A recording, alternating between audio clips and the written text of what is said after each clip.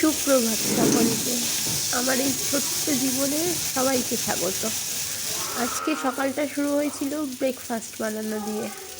আজ আমি বানাচ্ছিলাম ছোলার ডাল আলুর সবজি আর সাথে পরোটা। আমি পেঁয়াজ টমেটো ভেজে তার সাথে সব গুঁড়ো মশলাগুলোকে যোগ করে দিয়েছি। অল্প সামান্য একটু আদা রসুন দিয়ে দিয়েছি তাতে। আমি আগে থেকেই প্রেসার কুকারে ছোলার ডাল আর আলুটা সিদ্ধ করে রেখেছিলাম যাতে আমার রান্নাটা ঝটপট হয়ে যায়।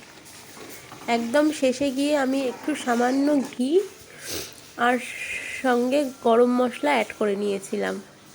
ঘি গরম মশলা রান্নার স্বাদকে দ্বিগুণ বাড়িয়ে দেয়।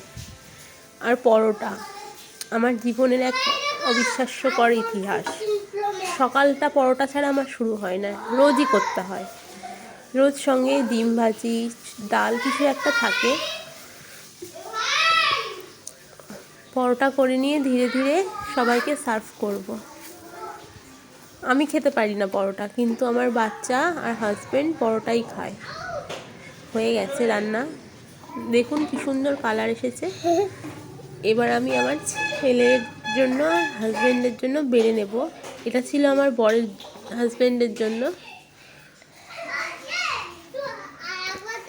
নিয়ে যাচ্ছি।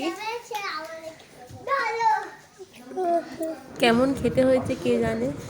এটা আমি ছেলেকে খাওয়াচ্ছিলাম। ছেলের সবজি খায় না, শুধু ডিম ভাজি দিয়েই। আর সর্বশেষে নিজের জন্য একটু টাইম পেলাম। আপনারাও চাইলে খাবারের ভাগ পেতে পারেন।